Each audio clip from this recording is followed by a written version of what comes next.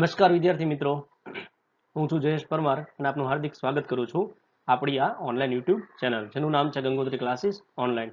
વિદ્યાર્થી મિત્રો, આજે આપણે જીનેટિક્સ જે છે એ ચેપ્ટર જે અભ્યાસ કરી છે એનો ભાગ 9મો જે છે, બરોબર, અપૂર્ણ પ્રભુતા, એના વિશે અભ્યાસ કરવાના છે. અપૂર્ણ પ્રભુતા શું છે તો એને ઇનકમ્પ્લીટ ડોમિનન્સ તરીકે ઓળખવામાં આવે છે. એનો મતલબ શું મિત્રો, કે આપણે જ્યાં અભ્યાસ અત્યાર સુધી જે કર્યો એમાં કેપિટલ ટી જે છે ને આપણે શું કહેતા હતા તો કે આ પ્રભાવી લક્ષણ છે એવું કહેતા હતા, બરોબર. પણ જ્યારે જે છે એ કહી શકાય કે ભાઈ કોઈ લક્ષણ એવું છે કે જે અન્ય ઉપર 100% એટલે કે સંપૂર્ણ પ્રભાવી ન હોય તો એને શું કહેવાય, એટલે કે અહીંયા શું કહી શકાય, 100% પ્રભાવી નથી, ત્યારે એને શું કહી શકાય છે, અપૂર્ણ પ્રભુતા. અપૂર્ણ પ્રભુતા તરીકે ઓળખવામાં આવે છે. તો ચાલો મિત્રો જોઈએ અપૂર્ણ પ્રભુતા શું છે અને કયા ઉદાહરણ દ્વારા આપણને સમજાવવા માંગે છે. તો ચાલુ કરીએ આજનું સેશન અપૂર્ણ પ્રભુતા. તો અપૂર્ણ પ્રભુતા જે છે, ઇનકમ્પ્લીટ ડોમિનન્સ જે છે એની આપણે વાત કરીએ છીએ. તો શું કહે છે, જ્યારે વટાણા જે છે એની ઉપર કોણે મેન્ડલે પ્રયોગ કરેલા છે, બરોબર. તો જ્યારે વટાણા પરનો પ્રયોગ જે છે એ અન્ય વનસ્પતિ જે છે એના અન્ય લક્ષણ માટે, અન્ય વનસ્પતિના અન્ય લક્ષણ, એનો મતલબ શું કે વટાણાનો છોડ છે એ સિવાયની અન્ય વનસ્પતિ, અને અન્ય વનસ્પતિ ખરી પણ એનું લક્ષણ પણ કેવું છે, જુદું, એટલે જુદા લક્ષણ માટે વાત કરે છે, બરોબર. તો એની વાત છે અહીંયા કણે. તો એ જે છે તો અન્ય લક્ષણો જે છે એની અભિવ્યક્તિના સંદર્ભમાં પુનરાવર્તિત કરવામાં આવ્યો ત્યારે ખબર પડી કે ક્યારેક F1 જે છે, F1 પેઢી જે છે એમાં એવા સ્વરૂપ પ્રકાર, ખાસ ધ્યાન રાખજો, એવા સ્વરૂપ પ્રકાર પ્રાપ્ત થયા અથવા તો થાય છે જે બે પૈકી કોઈ પિતૃ સાથે મળતા આવતા નથી, અને તેઓ કેવા છે તો કે વચગાળાના મળે છે. એનો મતલબ શું સમજવાનો મિત્રો અહીંયા, તો એનો મતલબ એવો થાય કે દાખલા તરીકે અત્યાર સુધી આપણે એવું સમજતા હતા કેપિટલ ટી ઊંચા છોડ છે અને સ્મોલ ટી નીચા છોડ છે, બરોબર, પીવીટીમાં. અને F1 જે છે આપણને રિઝલ્ટ મળે છે એ કેપિટલ ટી સ્મોલ ટી મળે છે, જેને આપણે શું કહેતા હતા, બધા છોડ કેવા હોય તો કે ઊંચા, બરોબર. પણ અહીં એવું કહેવા માંગે છે કે આ છોડ જે પ્રાપ્ત થાય છે એ ઊંચા નથી, એટલે કે લક્ષણ જે છે ઊંચા નીચા નહીં પણ એ સિવાયનું કોઈ લક્ષણ માટે વાત કરે તો અહીંયા જે છે જ્યારે મધ્યમ રિઝલ્ટ મળે, મધ્યમ એટલે બે જે છે એની વચગાળાનું રિઝલ્ટ મળે તો એને શું કહેવાય, અપૂર્ણ પ્રભુતા તરીકે ઓળખવામાં આવે છે. તો એને અપૂર્ણ પ્રભુતા કહી શકાય છે, બરોબર. તો અહીંયા જે છે આપણે આ તો બાબતની ખ્યાલ છે, પણ આવું કોઈ અન્ય એક્ઝામ્પલ જે છે અન્ય લક્ષણ માટે જ્યારે અભ્યાસ કરવામાં આવે ત્યારે ખ્યાલ આવે છે કે અપૂર્ણ પ્રભુતા શું છે, બરોબર. જોઈએ શ્વાન પુષ્પ, યાદ રાખજો આ ઉદાહરણ, શ્વાન પુષ્પ જેને ડોગ ફ્લાવર કહે છે, અથવા તો એને બીજું એક્ઝામ્પલ છે સ્નેપડ્રેગન અથવા તો એન્ટીરિનમ જે છે સ્પીસીસ, બરોબર. તો યાદ રાખજો ખાસ, એનસીઆરટીમાં જે બેઠું લાઈન છે બેઠી, અને એમસીક્યુ પણ બેઠો પૂછી શકે છે એક્ઝામ્પલ જે છે એના સંદર્ભમાં. તો શ્વાન પુષ્પ જે છે અપૂર્ણ પ્રભુતા જે છે એના દ્રષ્ટાંતને સમજવા માટેનું શ્રેષ્ઠ ઉદાહરણ છે. એમાં શું કહે છે, શુદ્ધ સંવર્ધિત લાલ પુષ્પ જે કેવા છે, સમયુગ્મી કેપિટલ આર, અને શુદ્ધ સંવર્ધિત સફેદ પુષ્પ જેને લઈએ છીએ સ્મોલ આર પુષ્પ જે છે, એ બે વચ્ચે સંકરણ કરાવવામાં આવ્યું. હવે મિત્રો દેખીતી રીતે જોવા જઈએ તો આપણી પાસે જે અત્યાર સુધી ભણ્યા છે, જે આપણી પાસે જ્ઞાન છે એ પ્રમાણે પી પેઢીમાં તમે કેપિટલ આર લો અને સ્મોલ આર લઈએ, બરોબર. તો આ જે છે લાલ પુષ્પ છે અને આ જે છે સફેદ છે, બરોબર.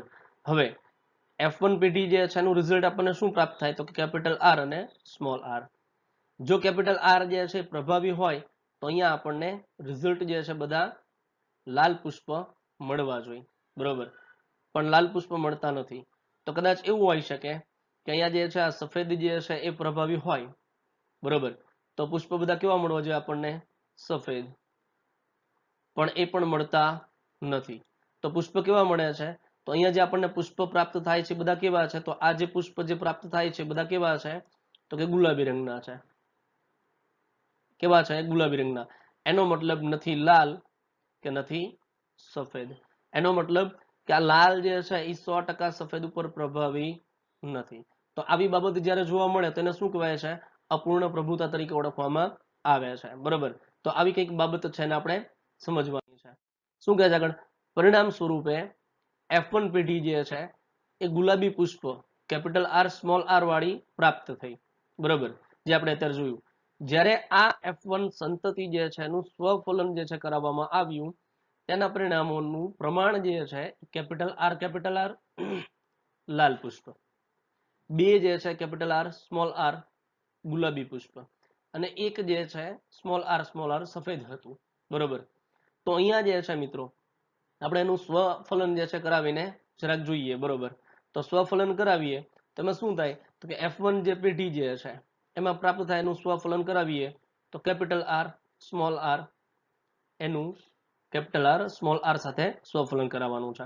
હવે આ પ્રમાણે જોવા જઈએ તો આના જે છે જન્યુ આપણને જે મળશે એ જન્યુ જે છે યુનિટ સ્ક્વેરમાં જન્યુ છે એની ગોઠવણી કરીએ તો આપણને એક કેપિટલ આર મળે છે અને બીજું જન્યુ છે સ્મોલ આર પ્રાપ્ત થાય છે. એ જ રીતે અહીંયા જે છે એક મળે છે આપણને કેપિટલ આર અને બીજું હશે સ્મોલ આર. બરોબર, હવે જે છે એનું યુનિટ સ્ક્વેર જે છે ડ્રો કરી દઈએ આપણે. તો યુનિટ સ્ક્વેર જે છે એને ડ્રો કરીએ.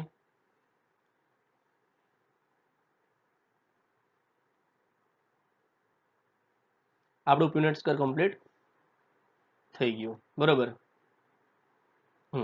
હવે જે છે એની ગોઠવણ જે છે જરાક જોઈ લઈએ શું છે. તો ગોઠવણ જે આપણને પ્રાપ્ત થાય છે મિત્રો એ કેવી છે? તો અહીંથી જે છે કેપિટલ આર ને કેપિટલ આર, કેપિટલ આર, ત્યારબાદ જે છે કેપિટલ આર અને small R, capital R small R, small R, small R. તો મિત્રો અહીંયા જે છે જેમ આગળ આપણે જોયું હતું એમ F2 પેઢી હોય તો એની અંદર આપણને પ્રમાણ જે છે એ કેવું મળતું હતું? તો કે 3 જે છે પ્રભાવી હોય ને 1 પ્રચ્છન્ન હોય. 3 પ્રભાવી અને 1 પ્રચ્છન્ન, પણ એની જગ્યાએ અહીંયા જે છે પ્રમાણ કેવું મળે છે એ જરાક જોઈએ. તો પ્રમાણમાં એવું છે મિત્રો કે આ એક પ્રમાણ જે છે એ લાલ મળે છે. કેપિટલ આર જે છે કેવું છે? લાલ છે. તો એ લખી દઈએ કેપિટલ આર 1 મળે છે જે કેવું છે? લાલ છે. બરોબર, એના પ્રમાણમાં બીજું લક્ષણ આપણને મળે છે આ 2 છે કેવા છે? Capital R small R. બરોબર, તો એને લખી દઈએ અહીંયા કેપિટલ આર સ્મોલ આર. બરોબર, એ કેટલા મળે છે? 2, અને જે કેવા હશે હવે? ગુલાબી, ગુલાબી. બરોબર, અને ત્યારબાદ જે છે એટલે આ જે છે 2 આપણને ગુલાબી પ્રાપ્ત થાય છે. અને લાસ્ટ લક્ષણ જે છે એ કેવું આપણને મળે છે એ જરાક જોઈએ તો આ જે છે સ્મોલ આર નું લક્ષણ છે મિત્રો. તો અહીંયા કણે જે છે સ્મોલ આર લઈએ તો એ આપણને કેટલા પ્રમાણમાં? તો કે 1 પ્રાપ્ત થાય છે જે કેવું છે? સફેદ, એ સફેદ મળે છે. એનો મતલબ કે સ્વરૂપ પ્રકાર જોવા જાવ મિત્રો આનો તો કે એક લાલ સ્વરૂપ પ્રકારમાં જે છે જોવા જઈએ તો આપણને શું પ્રાપ્ત થાય છે? 1 લાલ, 2 ગુલાબી અને 1 સફેદ. તો 1:2:1 શું થઈ ગયું? સ્વરૂપ પ્રકાર.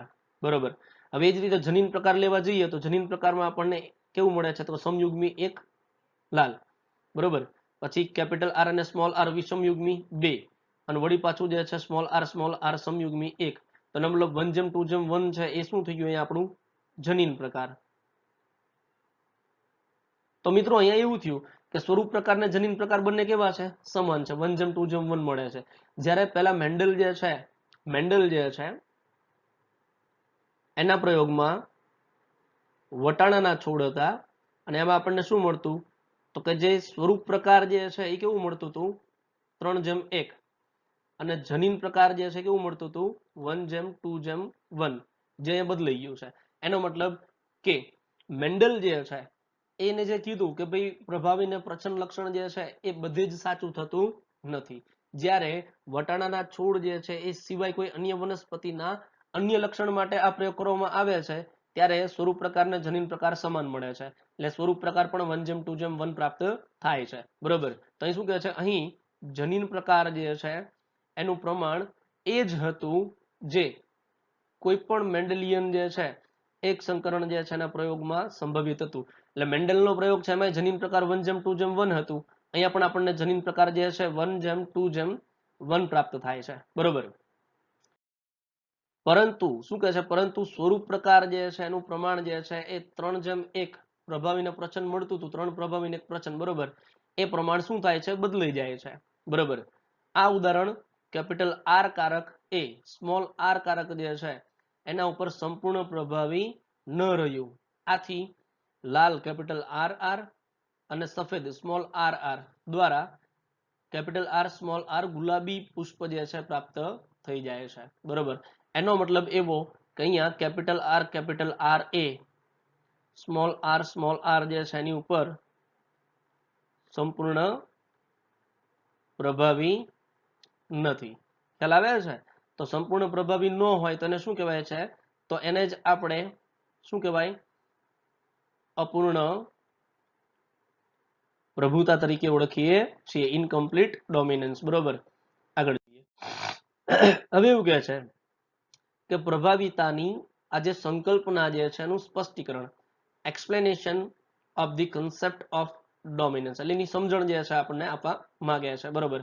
તો એ શું કહે છે કે પ્રભાવિતા વાસ્તવમાં શું છે, એક પ્રશ્ન છે આપણા માટે કે પ્રભાવિતા કોને કહી શકાય, બરોબર. બીજું, કેટલાક એલીલ જે છે પ્રભાવી અને કેટલાક પ્રચ્છન્ન કેમ હોય છે, શા માટે? આ પ્રશ્ન જે છે એના સમજવા માટે, પ્રશ્નને સમજવા માટે આપણે જનીન જે છે એના કાર્યને સમજવું પડે. હવે મિત્રો જનીન શું છે, જનીન શું છે, તો જનીન જે છે એ અભિવ્યક્તિ માટે જવાબદાર કોઈ ઘટક છે, સમજો. પણ ખરેખર એને શું કહી શકાય, તો જનીન જે છે શું ધરાવે છે, માહિતી. જનીન માહિતી ધરાવે છે. આ માહિતી કેવા સ્વરૂપમાં છે, તો એ માહિતી ન્યુક્લિયોટાઇડના સ્વરૂપમાં છે, જે આપણે આના પછીના ચેપ્ટરમાં ડિટેલમાં જોવાના છીએ, બરોબર. પણ અહીંયા આ જનીન ઉપર જે માહિતી ન્યુક્લિયોટાઇડના સ્વરૂપમાં છે એનો ક્રમ જે છે એ જ જનીનની અભિવ્યક્તિ નક્કી કરે છે. આ ન્યુક્લિયોટાઇડ જે છે એની ગોઠવણ જે છે એ ટી સી જી છે, બરોબર. તો આ જે છે ન્યુક્લિયોટાઇડ છે એનો ક્રમ જે જનીન ઉપર આવેલો છે, બરોબર, એનાથી જનીન સંકેત બનતા હોય અને એ જ અભિવ્યક્તિ માટે જવાબદાર છે એવું કહી શકાય. જેના પછીના ચેપ્ટરમાં આપણે થોડુંક વધારે ઊંડાણપૂર્વક જોવાના છે, બરોબર. પણ એ માહિતી આપું છું એમ. તો એ જનીન છે એની અભિવ્યક્તિ માટે જવાબદાર કોણ છે, તો કે ન્યુક્લિયોટાઇડની ગોઠવણી. એટલે એમાં આવેલી જે માહિતી જે છે એ કેવા સ્વરૂપમાં છે. જો આ માહિતી બદલાય તો જનીનની અભિવ્યક્તિ બદલાશે, માહિતી બદલાય તો જનીનની અભિવ્યક્તિ બદલાય, એટલે કે ન્યુક્લિયોટાઇડનો ક્રમ બદલાય તો જનીનની અભિવ્યક્તિમાં ફેરફાર થવાની શક્યતા છે, બરોબર. તો જોઈએ આગળ કે તમે જાણો છો કે શું કહે છે, તમે જાણો છો કે જનીનમાં વિશિષ્ટ લક્ષણ જે છે એને અભિવ્યક્ત કરવા માટેની માહિતી હોય છે. શું હોય છે એમાં? માહિતી આવેલી છે, અગત્યનું છે. અને માહિતી જે છે કેવું છે, તો કે ન્યુક્લિયોટાઇડના સ્વરૂપમાં હોય છે. આ માહિતી જે છે ન્યુક્લિયોટાઇડ જે છે, એન્ટી લખું શોર્ટ ફોર્મમાં, ન્યુક્લિયોટાઇડ એના સ્વરૂપમાં છે, એટલે એનો ક્રમ નક્કી કરતું હોય છે, બરોબર, એ હોય છે. દ્વિકીય સજીવમાં એલીલ જે છે એ જોડ સ્વરૂપે પ્રત્યેક જનીન છે એની બે નકલ છે. એટલે દાખલા તરીકે ઉદાહરણ આપો, આપણે સમજો, બરોબર. કે દાખલા તરીકે હું એમ કહું કે ઊંચાઈ છે, જાણીતું ઉદાહરણ. તો ઊંચાઈ જે છે એના માટે જે જનીન છે એ દ્વિકીય સજીવ હોય તો આ જનીન છે એની જોડ હોય, એ જનીનની બે જોડ છે. કેપિટલ ટી સંયુગ્મી હોઈ શકે અથવા તો એ કેવું હોઈ શકે, કેપિટલ ટી સ્મોલ ટી વિષમયુગ્મી. તો આ બે જોડ જે છે મિત્રો, જે બે જોડ છે એનાથી જે કઈ જનીન છે એની અભિવ્યક્તિ થતી જોવા મળે છે. એટલે આ બે નકલ જે કીધું છે, બરોબર. તો એ જે છે આપણે શું કહીએ છીએ, એને એલીલ તરીકે ઓળખીએ છીએ, બરોબર. હવે એ આવશ્યક નથી કે એલીલ જે છે એ જોડ હંમેશા એક જેવી જ હોય. એનો મતલબ કેપિટલ ટી અથવા તો સ્મોલ ટી સંયુગ્મી હોય એવું જરૂરી નથી. તો શું એ કેપિટલ ટી અને સ્મોલ ટી વિષમયુગ્મી પણ હોઈ શકે? શું હોઈ શકે? વિષમયુગ્મી પણ હોઈ શકે છે, બરોબર. તો અહીં લખેલું છે જેમ કે વિષમયુગ્મી, એટલે વિષમયુગ્મી પણ હોઈ શકે, દર વખતે સમયુગ્મી હોય એવું જરૂરી નથી, બરોબર. તેમાંથી એક એલીલ જે છે એની ભિન્નતાનું કારણ જે છે તેમાં આવેલ પરિવર્તન હોઈ શકે છે. પરિવર્તન એટલે શું કહી શકાય? ફેરફાર. અને આ ફેરફાર જે છે એ ન્યુક્લિયોટાઇડ જે છે એના દ્વારા બનતા જનીન સંકેત જે છે એનો ક્રમ જે છે એની ગોઠવણ છે એમાં હોઈ શકે, બરોબર. તો એ જવાબદાર શું છે? ફેરફાર જવાબદાર છે, બરોબર. આ વિષયમાં તમે આગળનું ચેપ્ટર જે છે એમાં અભ્યાસ કરશો, જે આપણે ડિટેલમાં ભણશું, બરોબર. જે એલીલમાં ચોક્કસ માહિતી જે છે એને રૂપાંતરિત કરે છે. એટલે આ જે ફેરફાર એટલે ન્યુક્લિયોટાઇડનો ક્રમ જે છે જેનાથી જનીન સંકેત બને છે એ કંઈ ફેરફાર થાય તો જનીન છે એની અભિવ્યક્તિમાં ફેરફાર એટલે એલીલ જે છે એમાં ફેરફાર થતો જોવા મળી શકે છે, બરોબર. હવે આગળ જોઈએ તો શું કહે છે. ઉદાહરણ તરીકે એક એક્ઝામ્પલ આપે છે. ઉદાહરણ તરીકે એવા જનીન જે છે એને લેવામાં આવે કે જેમાં એક ઉત્સેચક બનાવવાની માહિતી હોય. એનો મતલબ હું એમ કહું કે કોઈ જનીન છે કે જે શું બનાવે છે? ઉત્સેચક એટલે કે એન્ઝાઇમ બનાવે છે. હવે એન્ઝાઇમની હાજરીને કારણે શું થાય? તો એન્ઝાઇમની હાજરીને કારણે કોઈ સબસ્ટ્રેટ છે એસ એટલે કે પ્રક્રિયાર્થી,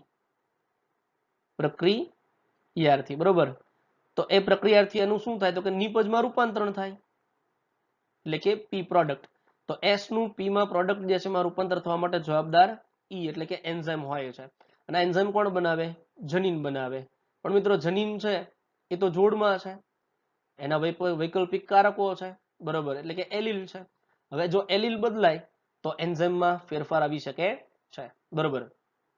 હવે આ જનીન જે છે એના બંને પ્રતિરૂપો તેના બે એલીલ સ્વરૂપે છે, બરોબર, એ આપણને ખ્યાલ છે. માની લઈએ કે શું કીધું છે? માની લઈએ કે તે સામાન્ય એલીલ એવો સામાન્ય ઉત્સેચક જે છે ઉત્પન્ન કરે છે જે કાર્ય કરવા માટે જવાબદાર છે, મોટા ભાગે સંભાવના છે, જે એક પ્રક્રિયાર્થી જે છે એસ છે એના રૂપાંતરણ માટે આવશ્યક છે. એટલે કે એસ જે છે એનું પી પ્રોડક્ટ એટલે નિપજમાં રૂપાંતર કરવા માટે કોઈ આ જનીન જે છે એમાંથી બનતું ઉત્સેચક જે છે એ જવાબદાર છે. પણ મિત્રો આ જનીન જે છે, સમજો, આ જનીન જે છે એમાં કોઈ ફેરફાર ન આવે તો જ એ આ ઉત્સેચક વ્યવસ્થિત બનાવી શકે. હવે જનીનના બે વૈકલ્પિક સ્વરૂપ જે એલીલ છે એમાં જો ફેરફાર આવશે તો ઉત્સેચક બને પણ ખરો, ના પણ બને, અથવા તો બને તો એ કાર્યશીલ ના પણ હોઈ શકે, બરોબર. તો જોઈએ આગળ શું શક્યતા છે એની. તો રૂપાંતરિત એલીલ જે છે ને સૈદ્ધાંતિક રીતે જે છે એ નીચેનામાંથી કોઈના ઉત્પાદન માટે જવાબદાર હોઈ શકે છે. રૂપાંતરિત એટલે શું? ફેરફાર વાળું, જે એલીલમાં ફેરફાર થયો છે તે, બરોબર. હવે ફેરફાર એટલે આ એક વસ્તુ સમજવામાં એક ઉદાહરણ આપું તમને કે દાખલા તરીકે કોઈ મોબાઈલ નંબર છે મિત્રો, મોબાઈલ નંબર છે 10 આંકડાનો, એ મોબાઈલ નંબર જે તે વ્યક્તિના નામે રજીસ્ટર્ડ હોય, બરોબર. તો માનો કે તમારા મિત્રનો નંબર છે અને તમને ખ્યાલ છે, પણ એવું બને કે એ મોબાઈલમાં માત્ર ને માત્ર એક નંબર એટલે કે એક આંક જે છે, એક આંકડો જે છે એમાં શું થાય છે? ભૂલ થાય છે, ઉતાવળમાં ભૂલ થાય છે. તો ફોન છે ને એ મિત્રની જગ્યાએ કોઈ અન્ય વ્યક્તિને લાગશે. એનો મતલબ ત્યાં શું છે? ભૂલ જવાબદાર છે. ખ્યાલ આવે છે? એક નાની એવી એક આંકડાની ભૂલને કારણે એ અન્ય વ્યક્તિને લાગે છે. એનો મતલબ મોબાઈલ જે છે એ મોબાઈલ નંબર 10 આંકનો છે, એમાં એક આંકમાં ફેરફાર હોય તો પણ જે છે એમાં શું થઈ જાય છે કે તમારે જે મિત્ર સાથે વાત કરવી છે મિત્રને ફોન લાગતો નથી, કોઈ બીજાને લાગે છે. એટલે એનો મતલબ કાર્ય જે છે પૂર્ણ થઈ શકતું નથી, બરોબર. તો અહીં કંઈક એવું જ છે મિત્રો. હવે જો રૂપાંતરિત એલીલ એટલે એલીલમાં કોઈ ફેરફાર થાય તો શું થઈ શકે? તો પહેલો ઓપ્શન આપ્યા છે આપણને કે સામાન્ય ઉત્સેચક બને. સામાન્ય ઉત્સેચક બને એટલો મતલબ શું? કે દાખલા તરીકે એન્ઝાઇમ જે છે એના માટે હું કહું કેપિટલ ઈ છે, પ્રભાવી, અને કણે જે છે પ્રચ્છન્ન છે, દાખલા તરીકે એક્ઝામ્પલ આપું. તો આ પ્રચ્છન્ન હોવા છતાં આમાં ફેરફાર થયો, પ્રચ્છન્ન બને છે ફેરફારથી, છતાં પણ જે છે શું થાય? ઉત્સેચક બનશે, કેમ કે આ એલીલ જે છે કમ્પ્લીટ છે, બરોબર. આમાં ફેરફાર થયેલો છે પણ આ ફેરફાર આને બહુ અસર કરતો નથી, ઉત્સેચક બનશે. હવે ઉત્સેચક બને છે, બરોબર. તો ઉત્સેચક જે છે એ પ્રક્રિયક જે છે એનું નિપજ પ્રોડક્ટમાં રૂપાંતર કરાવશે. એટલે કેવું હશે? સામાન્ય. કેવું હશે? સામાન્ય. કેમ? પ્રભાવી લક્ષણ જે હાજર છે એટલા માટે, એ એલીલમાં કોઈ ફેર નથી એટલા માટે, બરોબર. અથવા તો ઓછી ક્રિયાશીલતા વાળો બને. કદાચ એવું બને કે અહીંયા આ જે ઉત્સેચક જે છે, આ ઉત્સેચક જે છે ઈ 1 મિનિટ જે છે એમાં ઉદાહરણ તરીકે 1000 પ્રક્રિયક જે છે એને નિપજમાં ફેરવવાની ક્ષમતા ધરાવે છે. પણ જો એ ઓછી ક્રિયાશીલતા વાળો બને એનો મતલબ એવો થયો કે 1 મિનિટમાં 1000 ની જગ્યાએ હવે એ જે છે એ 500 નું જ રૂપાંતરણ કરાવી શકે છે, પણ કાર્ય કરે છે, કાર્ય ધીમું પડ્યું પણ કાર્ય કરે છે, એટલે ક્રિયાશીલ છે, બરોબર, પણ કેવી ઓછી ક્રિયાશીલતા, ખ્યાલ આવે છે? તો એ શું થઈ ગયો? ફેરફાર. કોના કારણે? એક નાની ભૂલને કારણે, બરોબર, એક નાની ભૂલને કારણે. આ એક્ઝામ્પલ આપ્યું એ પ્રમાણે. હવે બીજું કહે છે કે એવી શક્યતા છે કે બિનકાર્યક્ષમ ઉત્સેચક બને, એટલે ઉત્સેચક બને છે, ખ્યાલ આવે છે કે અહીંયા થતો ફેરફાર જે છે એવો છે કે એ ફેરફાર ઉત્સેચક બનાવે છે, પણ એ ઉત્સેચક હવે આ જે એસ જે છે પ્રક્રિયક છે એનું નિપજમાં રૂપાંતરણ કરાવી શકતો નથી, બરોબર, એટલે બિનક્રિયાશીલ કહી શકાય. એટલે ઉત્સેચકની હાજરી છે પણ કાર્ય કરતો નથી, એવું હોઈ શકે. અથવા તો એ ફેરફાર જે છે એના કારણે એ ઉત્સેચક કેવું બને? તો કેવું કહે છે? ફેરફારના કારણે કોઈ ઉત્સેચક બનતો જ નથી. દાખલા તરીકે ઈ એલીલમાં ફેરફાર આવો થઈ જાય તો કોઈ જ ઉત્સેચક જે છે એ બનાવે નહીં, અને ઉત્સેચક ન બનાવે તો પ્રક્રિયક છે એનું નિપજમાં રૂપાંતરણ શક્ય બનતું નથી. તો અહીંયા જે છે મિત્રો આ 1, 2 અને 3 આપણને શક્યતા આપે છે કે જો જોડમાં રહેલા એલીલમાં કોઈ રૂપાંતરણ થાય તો આવી શક્યતાઓ રહેલી છે. તો માત્ર શું છે? શક્યતાઓ છે જે આપણને અહીંયા સમજાવવા માંગે છે, પણ એના માટે જવાબદાર શું છે? ભૂલ. ખ્યાલ આવે છે? એના માટે જવાબદાર છે ભૂલ, એક ફેરફાર જવાબદાર છે, મોડિફિકેશન. અને આ જે ભૂલ જે છે ને જેનેટિક્સમાં શું કહેવાય? તો એને જે છે મ્યુટેશન તરીકે ઓળખવામાં આવે છે. શું કહેવાય છે? મ્યુટેશન, જે આપણે આગળના ચેપ્ટરમાં વ્યવસ્થિત રીતે જોવાના છે, બરોબર. તો એ જે છે શું કહેવાય? એને ભૂલ કહેવાય. તો એ મ્યુટેશન જે છે એ જનીન છે એના એલીલમાં જોવા મળે તો આવી શક્યતાઓ જે છે જોઈ શકાય છે, બરોબર. પહેલા કિસ્સામાં રૂપાંતરિત એલીલ જે જેમાં ભૂલ થઈ છે એ અરૂપાંતરિત એલીલ સમાન છે. એનો મતલબ શું? દાખલા તરીકે અહીંયા આ જે છે, સોરી, આપણે જે છે અહીંયા ઈ લીધું છે, બરોબર ને, એન્ઝાઇમ જે છે. તો દાખલા તરીકે જે છે આ અરૂપાંતરિત છે એટલે સામાન્ય છે. તો એ શું કરે છે? એન્ઝાઇમ બનાવે છે, જેના કારણે સબસ્ટ્રેટ જે છે એસ એનું પ્રોડક્ટમાં રૂપાંતરણ થાય છે. આ કમ્પ્લીટ સામાન્ય જેવું કાર્ય છે, બરોબર, સામાન્ય છે.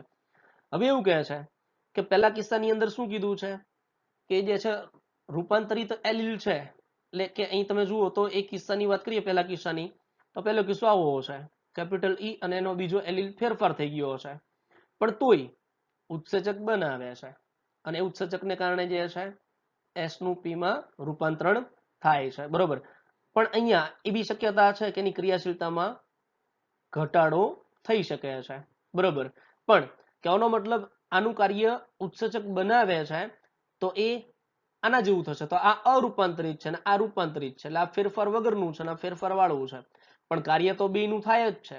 એટલા માટે કેવું છે? એ કીધું રૂપાંતરિત એલીલ એ અરૂપાંતરિત એલીલ જે છે ને સમાન છે, તો બે સરખા થયા ને, કેમ કે કાર્ય તો બે કરી શકે છે એટલા માટે, બરોબર.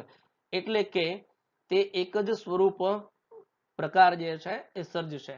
સ્વરૂપ પ્રકાર જે છે ક્રિયાશીલ એન્ઝાઇમ જે છે બનાવે છે એ તેના પરિણામ સ્વરૂપે પ્રક્રિયાથી એસ જે છે એનું રૂપાંતરણ પી જે છે પ્રોડક્ટ નિપજમાં થશે, બરોબર.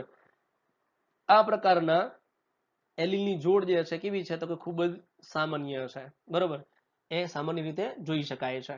આગળ જોઈએ. પણ એલીલ જો બિનકાર્યક્ષમ ઉત્સેચક અથવા તો ઉત્સેચક ઉત્પન્ન નથી કરતા તો સ્વરૂપ પ્રકાર જે છે એના ઉપર અસર થશે, બરોબર. એટલે એવું કીધું છે કે જો અહીંયા કણે જે છે આ જે છે, બરોબર, એ ઉત્સેચક એન્ઝાઇમ બનાવે છે, પણ એલીલમાં એવો ફેરફાર થયો કે જે હવે આ એન્ઝાઇમ છે એને બનાવતા નથી, તો અહીંયા કણે ઉત્સેચક બનતો જ નથી, તો એ ઉત્સેચકનું કઈ સ્વરૂપ પ્રકાર જે છે, જનીન જે છે સ્વરૂપ પ્રકાર કઈ આપે નહીં, અથવા એમાં સીધી અસર થાય, જેના કારણે સબસ્ટ્રેટ જે છે એનું પ્રોડક્ટમાં રૂપાંતરણ થઈ શકતું નથી, એવું કહે છે. તો સ્વરૂપ પ્રકાર અથવા તો લક્ષણો જે છે એ અરૂપાંતરિત એલીલના કાર્ય ઉપર નિર્ભર છે. એ સાચું છે. દાખલા તરીકે અહીંયા તમે જોવા જાઓ મિત્રો, તો અહીંયા જે છે આનું રૂપાંતરણ થાય છે એલીલનું, પણ અહીં રૂપાંતરણ થતું નથી. તો અરૂપાંતરિત એલીલ જે છે એની હાજરી હોય તો સ્વરૂપ પ્રકાર મળશે, તો કાર્ય જળવાઈ રહેશે. પણ જો એ જે છે આ જે છે બંને એલીલ જે છે એ રૂપાંતરિત થઈ જાય તો એ રૂપાંતરિત જે છે થાય એટલા માટે શું થાય તેના સ્વરૂપ પ્રકાર ઉપર સીધી અસર દાખવે છે બરોબર. તો એ અરૂપાંતરિત એલીલ જે એની ઉપર આધાર રાખે શું કીધું છે જે કે લક્ષણ જે છે એ અરૂપાંતરિત એલીલના કાર્ય ઉપર આધાર રાખે છે. સામાન્યત અરૂપાંતરિત એટલે કે કાર્યકારી એલીલ જે છે જે વાસ્તવિક સ્વરૂપ પ્રકારનું પ્રતિનિધિત્વ કરે છે તે કેવું હોય પ્રભાવી. અહીં કેપિટલ ઈ છે શું છે પ્રભાવી બદલાતું નથી એટલા માટે બરોબર અરૂપાંતરિત કહી શકાય એને. તથા રૂપાંતરિત એલીલ જે છે એ મુખ્યત્વે પ્રચ્છન્ન એલીલ હોય છે. આ જે છે સ્મોલ ઈ બદલાયેલા છે તે કેવા છે પ્રચ્છન્ન છે. તો મિત્રો અહીંયા એવું ખ્યાલ આવે છે કે દાખલા તરીકે શું કીધું હતું આગળ કે પ્રચ્છન્ન શા માટે નિર્માણ પામતા હશે અથવા તો પ્રભાવી લક્ષણ શા માટે જોવા મળતું હશે. તો પ્રચ્છન્ન માટે જવાબદાર શું છે રૂપાંતરિત અને પ્રભાવી માટે જવાબદાર શું છે પ્રભાવી જે છે શા માટે હશે તો કે પ્રભાવી છે કેવા છે અરૂપાંતરિત. તો અહીંયા કણે જે છે જનીન છે એના એલીલ જે છે એમાં થતો ફેરફાર એટલે કે રૂપાંતરણ જે છે એ જ જવાબદાર છે જે પ્રભાવી અને પ્રચ્છન્ન જેની સંકલ્પના કમ્પ્લીટ કરે છે અથવા તો સમજાવતા હોય છે. આ ઉદાહરણમાં પ્રચ્છન્ન એલીલ જે છે ના અભિવ્યક્ત થવાથી ઉત્સેચક બનતા નથી બરોબર. અહીંયા જે છે આ જે છે પ્રચ્છન્ન છે પ્રચ્છન્નની અભિવ્યક્તિ મળે તો એ શું કરે છે ઉત્સેચક બનાવતા નથી બરોબર. અથવા તો બને તો કેવું હશે કાર્યક્ષમ હોતા નથી. માનો કે અહીંયા જે છે શું થાય ઉત્સેચક જે છે અમુક કિસ્સામાં કેવું થાય બને પણ કાર્યક્ષમ હોઈ શકે નહીં. હવે ક્યારે બને એવું સમજો તો દાખલા તરીકે જે છે અહીં શું કીધું છે કે અરૂપાંતરિત આ જે અહીં લાઈન સમજાય અરૂપાંતરિત કાર્યકારી એલીલ જે છે એના વાસ્તવિક સ્વરૂપ પ્રકારનું પ્રતિનિધિત્વ કરે છે બરોબર એના કાર્ય ઉપર નિર્ભર રાખે છે. તો દાખલા તરીકે અરૂપાંતરિત જે છે એ કેપિટલ ઈ છે અને રૂપાંતરિત જે છે સ્મોલ ઈ છે. પણ એવું બને કે કેપિટલ ઈ જે છે સ્મોલ ઈ ઉપર 100% પ્રભાવી નથી એટલે અપૂર્ણ પ્રભુતા છે તો એવું બને કે ઉત્સેચકનું નિર્માણ થાય પણ એ ઉત્સેચક કાર્ય કરી શકે નહીં. તો આવું પણ શક્ય બની શકે છે જ્યારે સંપૂર્ણ પ્રભાવી ન હોય ત્યારે બરોબર. તો મિત્રો અહીંયા જે છે અપૂર્ણ પ્રભુતા જે છે એના સંદર્ભની અંદર આપણને પ્રભાવી પ્રચ્છન્ન અને અપૂર્ણ પ્રભુતા આ બાબત જે છે એને સ્પષ્ટ કરવા માંગે છે આ ટોપિકમાં. આશા રાખું છું આજનું સેશન જે છે એ કમ્પ્લીટ થઈ તમને આ ત્રણ બાબત જે છે એ ઉદાહરણ સાથે વ્યવસ્થિત સમજાણી હશે. મિત્રો ક્યાંય પણ કંઈ જે છે બાબત રહી ગઈ હોય અથવા તો હજી ક્યાંય તમને જે છે કોઈ પ્રશ્ન હોય તે પ્રશ્ન જે છે તમે કોમેન્ટ બોક્સની અંદર લખીને પૂછી શકો છો અથવા તો આપણું વોટ્સઅપ ગ્રુપ છે એની અંદર પણ પ્રશ્ન પૂછી શકો છો. એનું સોલ્યુશન તમને મળી જશે. મળીએ નેક્સ્ટ સેશનમાં નવા ટોપિક સાથે. ત્યાં સુધી આવજો.